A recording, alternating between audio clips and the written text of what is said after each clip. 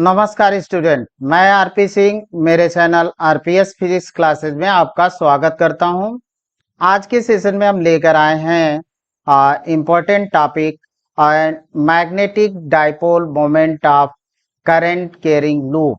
Current carrying loop हो उसका magnetic dipole moment कितना होता है, बोहर मैग्नेट्रॉन। तो ये हमारे टॉपिक होंगे आज के, current loop as a magnetic dipole. और सेकंड टॉपिक है हमारा magnetic field of circular coil in terms of magnetic dipole moment. Third topic होगा हमारा magnetic dipole moment of revolving electron. और एक टॉपिक बोहर मैग्नेट्रॉन का होगा। तो आइए पहले हम लोग देखते हैं current loop as a magnetic dipole. तो यहाँ पे जो करंट होती है, अगर किसी लूप में फ्लो हो रही है तो वो डाइपोल की तरह से बिहेव करती है। और वो डाइपोल्स मीन्स दो पोल हो जाए, जैसे बार मैग्नेट हमारा करता है।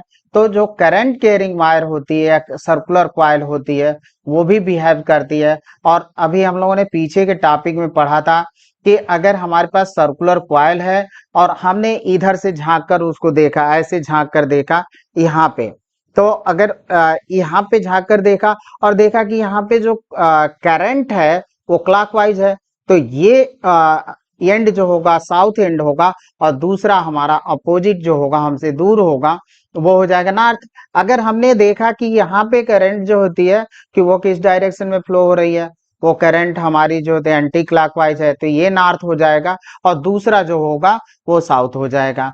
तो ये हमारे कॉन्सेप्ट थे।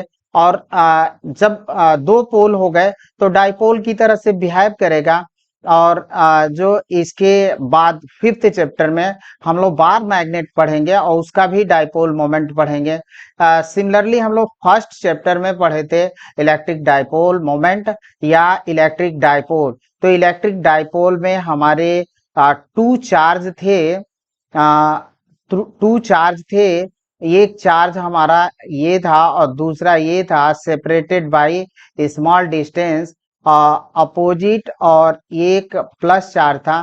तो जो डाइपोल मोमेंट मिला था Q इंटू 2L। तो यहाँ पे जब बार मैग्नेट की बात आती है तो बार मैग्नेट का भी डाइपोल मोमेंट सेम होगा। और ये बार मैग्नेट का डाइपोल यहाँ पे साउथ ले लेते हैं, यहाँ पे नॉर्थ ले लेते हैं। और ये मैग्नेटिक जिसको बोलते हैं पोल स्ट्रेंथ, यम से रिप्रेजेंट करते हैं, और ये इक्विवेलेंट होता है चार्ज के।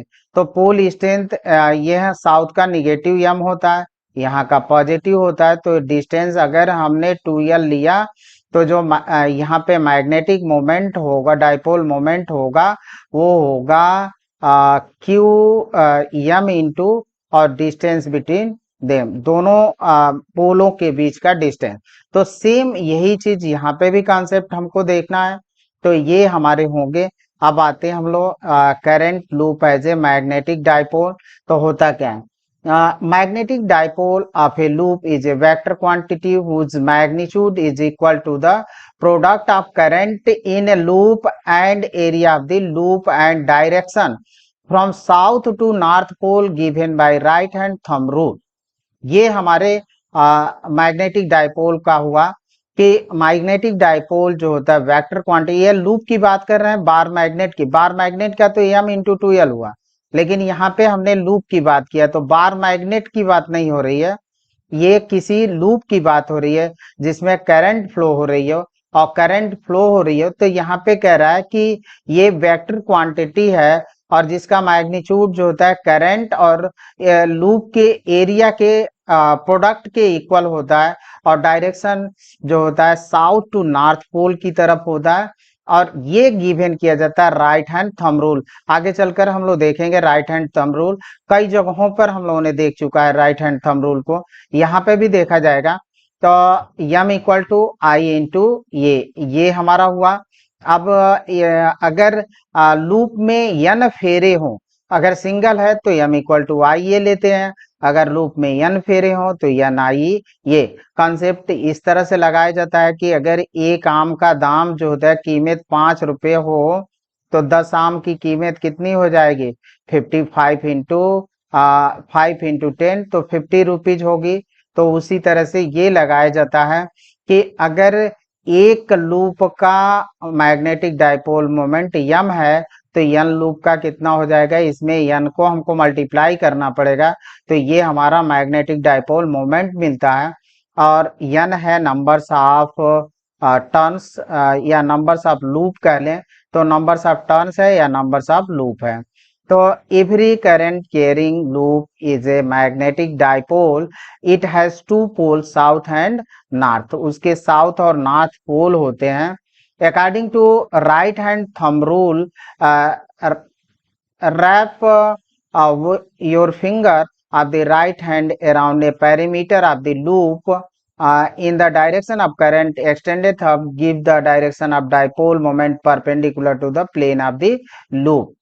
तो कहने का मतलब कि राइट हैंड थंब रूल ये कहता है कि लूप के जो पैरीमीटर है और करंट के डायरेक्शन में हम राइट हैंड, ये हमारा राइट हैंड थंब भी है, राइट हैंड ही है। वेब कैम की वजह से इमेज उल्टी बन रही है, तो आप इसको अन्यथा नहीं लेंगे कि राइट हैंड ही मैं खड़ा उठा रहा हूँ, तो ये राइट हैंड है। और अगर कोई लूप है, सपोज करें ऐसे सर्कुलर लूप है और करंट इस डायरेक्शन में फ्लो हो रही है ऐसे, तो हमने ऐसे रैप किया, अपने फिंगर को इस तरह से रखा लूप के परपेंडिकुलर। ये लूप हमारी हॉरिजॉन्टल है, वर्टिकल नहीं, हॉरिजॉन्टल है। हमने ऐसे रखा और पेरिफेरी जो होती है, पेरीमीटर है, उस पर इसको हमने कर्ल किया इस तरह से। जब कर्ल किए तो थंब हमारा क्या हो गया, परपेंडिकुलर हो गया लूप के। तो थंब का जो डायरेक्शन होगा वो होगा हमारा यम का डायरेक्शन। यम का ही नहीं होता है, टाउ का भी डायरेक्शन ऐसे ही निकाला जाता है, फाइंड किया जाता है। ओमेगा जो एंगुलर वेलोसिटी होती है उसकी भी डायरेक्शन यही ऐसे निकालते हैं। और यहाँ पे जो मैग्नेटिक डाइपोल मोमेंट है उसका भी हम लोग डायरेक्शन ऐसे ही निकालते हैं। तो आइए यहाँ पे देख लें कि किन किन के डायरेक्शन है। ये थंब है और ये करंट के डायरेक्शन, करंट हमारी इस डायरेक्शन में फ्लो हो रही है। तो अब हमने ऐसे रोटेशन कराया और रोटेशन इस तरह कराया कि जो हमारी फिंगर का हैंड है, राइट हैंड है, और थंब जो होता है क्या हो जाए कि ये परपेंडिकुलर हो जाए लूप के प्लेन के। तो लूप के प्लेन के परपेंडिकुलर हो जाए तो extended thumb point in the direction of magnetic dipole moment. तो एक्सटेंडेड थंब जो होता है point in the direction of magnetic dipole moment का होता है। तो ये हमारा था, कहते हैं कि इसको राइट हैंड थंब रूल था आपका। अब आते हैं हम लोग इसमें से कुछ कॉन्सेप्ट लेते हैं। अब यहाँ पे देखें कि यहाँ पे करंट जो फ्लो हो रही है एंटी क्लॉकवाइज डायरेक्शन फ्लो हो रही है। अब हमने राइट हैंड थंब को ऐसे रखा और ऐसे कर्ल कर दिया, तो थंब हमारा आउटसाइड में है। और आउटसाइड में है तो आउटसाइड के लिए हम लोग डॉट से रिप्रेजेंट करते हैं, इनसाइड के लिए क्रॉस से। तो यहाँ पे डॉट लगा तो यम का डायरेक्शन जो होगा वो यहाँ पे यम लिख दें, तो यम का डायरेक्शन इनवर्ड। अब यहाँ पे करंट जो बह रही है वो क्लॉकवाइज है, तो अब ऐसे रखा हमने इसको और फिर इसको घड़ी के दिशा में टर्न कर दिया क्लॉकवाइज डायरेक्शन में, तो एक्सटेंडेड थंब हमारा इनवर्ड पड़ेगा। तो ये होगा हमारा यहाँ पे यम का डायरेक्शन। अगर कोई अब यहाँ पे यम है तो यम कितना होता है, यम तो हमारा एन आई ए के बराबर होता है। अगर एरिया है तो यहाँ पे चूंकि सर्कुलर कॉइल है, अगर रेडियस ए मान लें चाहे आर मान लें तो एरिया हमको मिल जाएगी पाई आर स्क्वायर। और एन नंबर्स ऑफ लूप है इसमें या टर्न्स है, कितने टर्न्स है, तो एन पाई आर स्क्वायर, और ये हमको मिल जाएगा आई। तो ये हमारा हुआ एन पाई आर स्क्वायर आई, हमको रिजल्ट मिलेगा। अब अगर लूप हमारा कुछ इस तरह से हो तो यहाँ पे आप देखेंगे तो यहाँ पे करंट जो फ्लो हो रही है वो फ्लो हो रही है क्लॉकवाइज डायरेक्शन में, और क्लॉकवाइज डायरेक्शन में हमको ऐसे रखना है और ये कर्ल किया क्लॉकवाइज डायरेक्शन में, तो थंब हमारा इनवर्ट डायरेक्शन में जा रहा है। आपको राइट हैंड थंब ही करना है, इसमें इमेज में दिख रहा होगा लेफ्ट हैंड, लेकिन हम ये समझे कि हम राइट हैंड कर रहे हैं। तो अब अपने राइट हैंड से देख लीजिए, जहां अगर फिगर बना रहे हैं तो वहां पे अपना राइट हैंड लगाकर देख लें। तो ये हमको मिलेगा। अब m इक्वल टू एन आई ए होता है, क्योंकि ये हमारा स्क्वायर लूप है। तो यहाँ से अगर डिस्टेंस हम ये ले लेते हैं, इसका साइड ए लेते हैं, तो एन इंटू और एरिया जो होगा साइड का स्क्वायर हो जाएगा आई। तो ये हमको रिजल्ट मिलेगा। अगर हमारा लूप कुछ इस तरह से हो, इस तरह से लूप हो, तो उस कंडीशन में है तो यहाँ पे क्लॉकवाइज रोटेशन, लेकिन लूप को ऐसे रखा गया। तो लूप को रखा गया तो आपको फिंगर कैसे रखना है? ऐसे रखना है, इसके लंबवत रखना है। तो इसके लंबवत इस तरह से रखना है। तो अब ये जो डायरेक्शन एम का होगा, वो इस लूप को चीरता हुआ एम का डायरेक्शन इस तरह से होगा। अगर मान लेते हैं कि इसका साइड ये है, इसका साइड ये है हमारा ये साइड ए सपोज कर लें इसका, और ब्रेड्थ जो होता है, लेंथ ये और ब्रेड्थ बी, तो देन हमको मिल जाएगा एम इक्वल टू एन आई ए की वैल्यू ये भी रख देंगे, क्योंकि एरिया है। तो ये हमारा मैग्नेटिक डाइपोल मोमेंट होगा इसका। magnetic field of circular coil in terms of magnetic dipole moment. Magnetic field of circular coil in terms of magnetic dipole moment के टर्म्स में हम देखते हैं। तो आइए इसको देखते हैं। हमारे पास एक सर्कुलर कॉइल है और सर्कुलर कॉइल का रेडियस ये मान लेते हैं। तो एक्स डिस्टेंस पर हम लोग मैग्नेटिक फील्ड यहाँ पे सर्कुलर कॉइल का फाइंड किए थे पी पॉइंट पर, और ये जो डिस्टेंस था हम लोगों का, इसको लिए थे आर। तो ये डिस्टेंस हमको मैग्नेटिक फील्ड मिली थी। अगर सर्कुलर कॉइल में नंबर्स ऑफ टर्न एन हो तो एन को रखेंगे, अदरवाइज नहीं रखेंगे। Mu zero upon two, mu zero I a square upon two a square plus x square पर 3/2 ये होता है।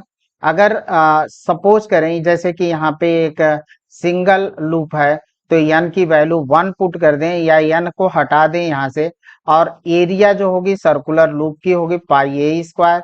तो देयरफॉर हम इसको बी इक्वल टू लिख सकते हैं म्यू जीरो आई। यहाँ पे हमने ए के साथ पाई को मल्टीप्लाई किया और उस पाई को डिवाइड किया, तो इसके जगह पर हम ए लिख सकते हैं एरिया के रूप में।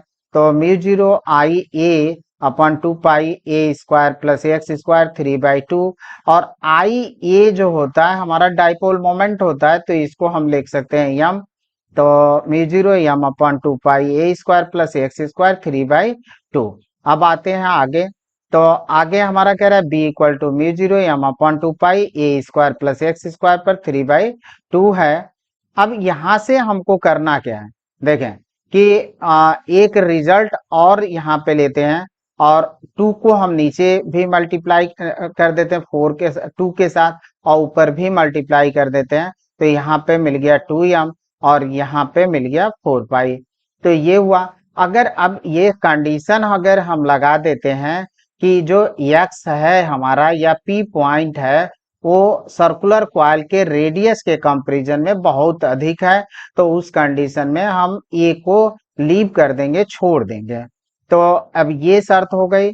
तो म्यू जीरो अपॉन 4 पाई 2m अपॉन एक्स स्क्वायर 3/2, 2 ने 2 को मार दिया, तो अब यहाँ पे एक्स क्यूब बचा। तो म्यू जीरो अपॉन 4 पाई 2m अपॉन एक्स क्यूब। अगर डायरेक्ट की बात करें तो यहाँ से आर डिस्टेंस हो, तो पी पॉइंट पर बहुत अधिक रेडियस के कंपैरिजन में आर हमारा ज्यादा हो, तो एक्स की जगह पर आर कर देंगे, और ये रिजल्ट मिलता है हमको मैग्नेटिक फील्ड का। तो अब जो फर्स्ट चैप्टर में हम लोगों ने देखा था कि जो हमारे पास डाइपोल था, वो डाइपोल के एक्सिस पर जो मैग्नेटिक फील्ड मिली थी, यहाँ से एक्सिस ये पॉइंट पर जो मैग्नेटिक फील्ड मिली थी, सॉरी इलेक्ट्रिक फील्ड मिली थी, तो वो था हमारा 1/4 पाई एप्सिलॉन 0 और 2p अपॉन आर पर क्यूब। यहाँ पे हमने x लिया है तो x की क्यूब, ये मिड पॉइंट से लेते हैं, r डिस्टेंस यहाँ से ये है। तो अब ये देख रहे हैं कि जो हमारी सर्कुलर कॉइल है वो कैसे बिहेव कर रही है, मैग्नेटिक डाइपोल की तरह से बिहेव कर रही है। और इसका मैग्नेटिक फील्ड मिला हमको μ0/4π2m/x3। सेम रिजल्ट मिला ये इलेक्ट्रिक है। तो यहाँ से अगर इस पॉइंट पर अगर हमारे पास कॉइल मैग्नेट लेते यहाँ पे, तो एक्सिस पर तो मैग्नेटिक डाइपोल मैग्नेटिक फील्ड हमको मिलती μ0/4π2m/x3, लेकिन इसके इक्वेटर पर या बाइसेक्टर पर इस पॉइंट पर निकालना चाहें तो जैसे कि डाइपोल में हम लोग निकाले थे और इलेक्ट्रिक फील्ड, तो 1/4πε0 और ये यहाँ पे था P/r/क्यूब, यानी ये बाइसेक्टर पर जो था वो आधा हो गया था, हाफ हो गया था। सिमिलरली हम 1/4πε0 को रिप्लेस कर लेंगे μ0/2π से और P को रिप्लेस करेंगे m से, और ये R अपने जगह पर है, तो हमको डाइपोल के मैग्नेटिक डाइपोल के बाइसेक्टर पर मैग्नेटिक फील्ड जो मिलेगी वो मिलेगी μ0/4πm/x/क्यूब। तो ये हमारा रिजल्ट होता।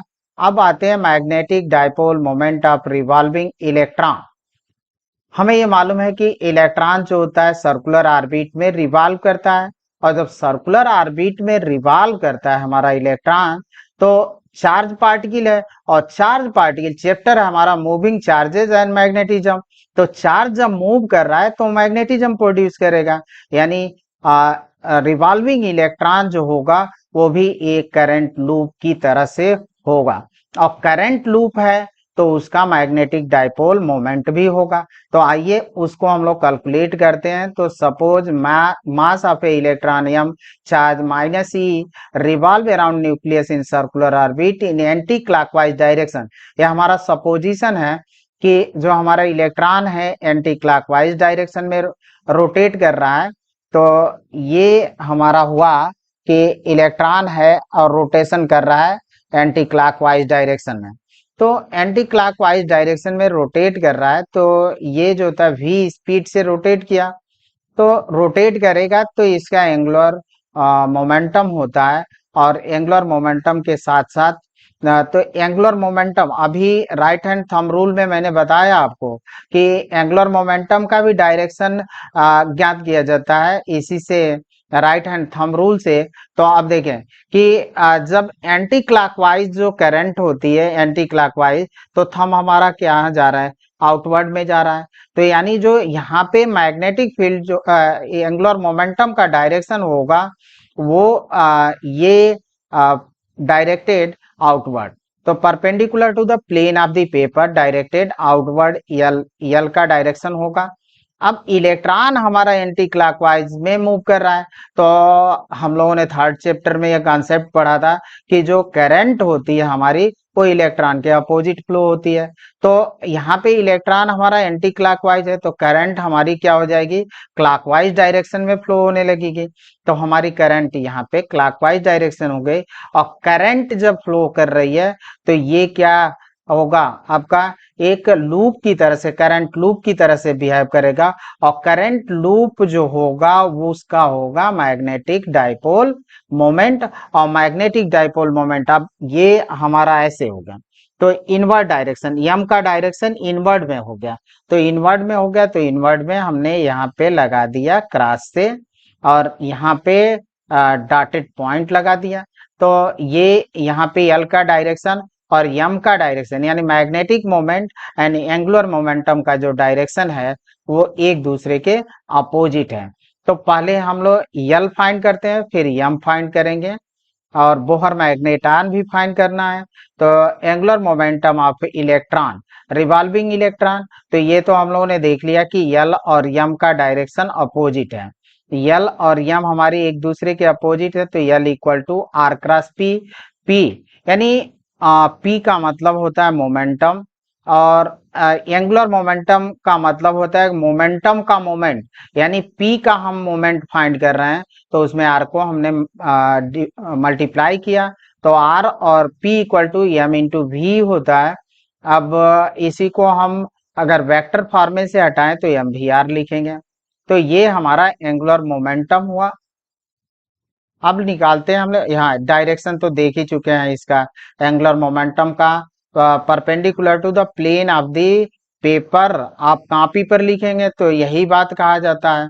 हमने तो स्क्रीन पर लिखा, तो यहाँ पे तो ये कह देते हैं कि परपेंडिकुलर टू द इस plane of screen, plane of screen हो गया। तो यहाँ पे जो यल का डायरेक्शन है वो perpendicular to the plane of the paper directed outward, outward के लिए डॉट लगाते हैं, इनवर्ड के लिए क्रॉस लगाते हैं। तो ये हमारा डायरेक्शन हुआ। अब revolving of electron is equivalent to current loop. अब ये पहले ही देख लिए कि हमारा चैप्टर है मूविंग चार्जेस एंड मैग्नेटिज्म। अगर हमारा चार्ज मूव कर रहा है तो वो करंट लूप करंट प्रोड्यूस करेगा, और जो इलेक्ट्रॉन है ऑर्बिट में रिवॉल्व कर रहा है तो वो जो हमारी ऑर्बिट होगी वो करंट लूप की तरह से होगी, और करंट लूप की तरह से होगी तो उसका डाइपोल मोमेंट होगा, और वही डाइपोल मोमेंट हम लोग फाइंड कर रहे हैं। तो magnetic dipole moment of electron find करते हैं हम लोग।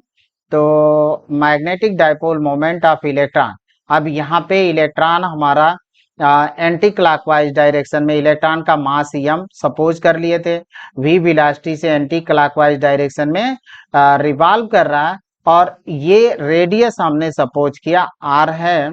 तो पहली चीज ये m equal to I into a, तो magnetic dipole moment of electron revolving electron I into a, तो आई ए, और अगर सर्कुलर ऑर्बिट है तो ए की वैल्यू होगी पाई आर स्क्वायर, तो हम ए की जगह ले लेंगे पाई आर स्क्वायर, और m equal to I into pi R square, magnetic dipole moment मिला हमको। अब I इक्वल टू करंट है हमारी, तो I इक्वल टू पहले चैप्टर में देख लिए थे कि करंट होती है flow of charge per unit time, तो पर यूनिट टाइम यानी फ्लो ऑफ चार्ज, इलेक्ट्रॉन का चार्ज फ्लो हो रहा है, और टाइम ये है, इसको बोलते हैं टाइम पीरियड। वन रिवॉल्यूशन के लिए लेते हैं तो टाइम पीरियड हमारा हुआ 2 पाई आर अपॉन वी, समय है, और समय होता है डिस्टेंस अपॉन वेलोसिटी या स्पीड। तो डिस्टेंस वन साइकिल के लिए 2 पाई आर होगा, और वेलोसिटी हमने रखा v। तो अब इसी बात को हम इस तरह से लिख सकते हैं, I equal to E upon 2 pi R into V. V को हम यहाँ पे करंट t की वैल्यू पुट कर दिए, करंट में t की, और v हमारा रेसिप्रोकल होकर ऊपर चला गया, तो I इक्वल टू मिलेगा E we upon 2 pi R, current मिला। अब इस m में I की वैल्यू हम पुट करते हैं तो देन हमको रिजल्ट मिलेगा I पाई आर स्क्वायर, और I की वैल्यू हम लोग निकाला e we upon 2 pi R, pi ने पाई को मार दिया, एक आर ने एक आर को मार दिया, तो हमको मिला ई वी आर अपॉन 2। यानी जो हमारा इलेक्ट्रॉन होता है और सर्कुलर ऑर्बिट में रिवॉल्व करता है तो उसकी जो डाइपोल मोमेंट होता है ई वी आर अपॉन 2 होता है। E is the charge of electron, V is the velocity of electron and R is the radius of circular orbit। ये था हमारा रिजल्ट। अब magnetic moment of revolving electron कितना हुआ, यही था हमारा L इक्वल टू, अब ले लेते हैं एंगुलर मोमेंटम, और angular momentum L equal to होता है mv_r।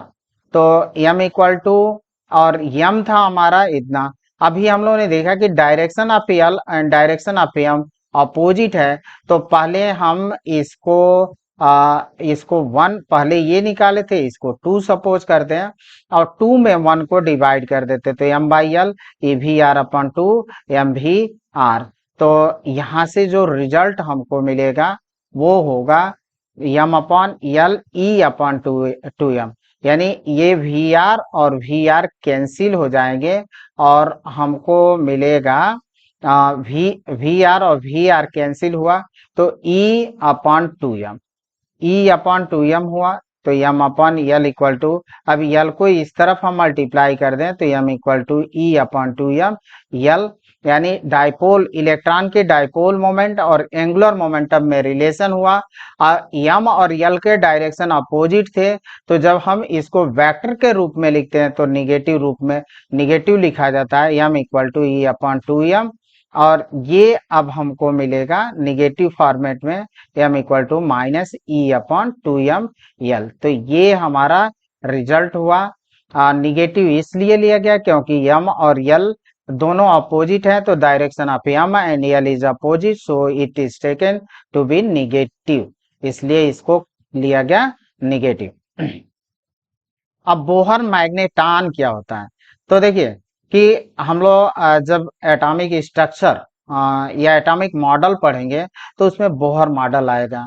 रदरफोर्ड का स्टूडेंट था और रदरफोर्ड ने अपना एक्सपेरिमेंट किया, तो जो रदरफोर्ड का ड्रॉबैक रह गया, बोहर को रदरफोर्ड की कॉन्सेप्ट मॉडल में पूरी आस्था थी।